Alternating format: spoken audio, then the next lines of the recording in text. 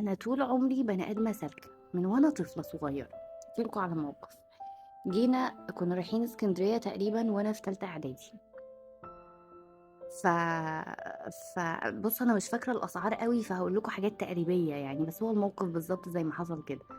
المهم قبل ما نروح اسكندريه فانا كنت معديه قدام محل كده، وكان فيه في الفاترينا معروض كوتشي كان عاجبني، فقلت لماما يا ماما انا عايزاه. فالكوتشي تقريبا كان عامل 120 جنيه اعتقد، حاجه كده مش فاكره والله. المهم جبته فخلاص، رحنا اسكندريه وقعدنا الشهرين بتوعنا وخلاص، والمفروض ان احنا راجعين بقى. فلما كنا بنبقى راجعين فماما بتاخدنا تجيب لي المرياله بتاعه المدرسه، الكوتشي بتاع المدرسه، وتاخد اخواتي الولاد تجيب لهم الهدوم بتاعه المدرسه وكده يعني، خلاص عشان احنا راجعين. فالمهم احنا واحنا ماشيين في المنشيه في يوم او في محطه الرمل مش فاكره يعني، فالمهم عجبني كوتشي فقلت لماما انا عايزه الكوتشي ده.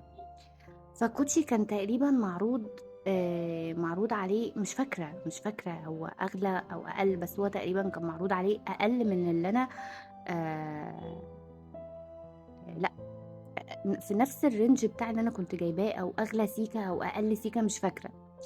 المهم ماما بتقول له ليه الكوتشي غالي كده؟ ده أنا جايبة لها الكوتشي اللي في رجلها ده بكم؟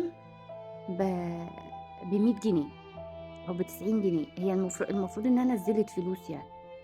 فأنا اسكت. انا كطفله بريئه رقيقه طول عمري بحب الطريق الدغري والسكك المختصره وما بحبش الكذب. فانا قلت لها نعم، 100 جنيه ايه اللي انت جايبه بيه الكوتشي؟ انا جايبه الكوتشي ده ب 120 جنيه او ب 140 مش فاكره. فماما تضغط على ايدي واقول لها والله العظيم كان ب 120 جنيه. اشرف اخويا يقول لي اسكتي اسكتي، اسكتي.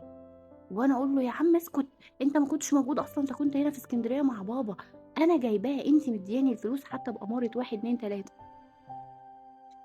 ماما سكتت. اشرف اخويا قام باصص لي كده اللي هو ايه الغباء ده، ايه كتله الغباء اللي احنا واخدينها معانا دي؟ الراجل قال لي بصي انا هديكي كوتشي بالمبلغ اللي انت عايزاه، بس عشان انت صريحه. ماما بقى تبص لي كده تقول لي، كل ما دماغي تتربس في حاجه فماما تقول لي فاكره موقف الكوتشي، او لو فاكره ان احنا خدناه بسعر قليل عشان انا بني ادمه سالكه من جوايا وما بحبش الكذب.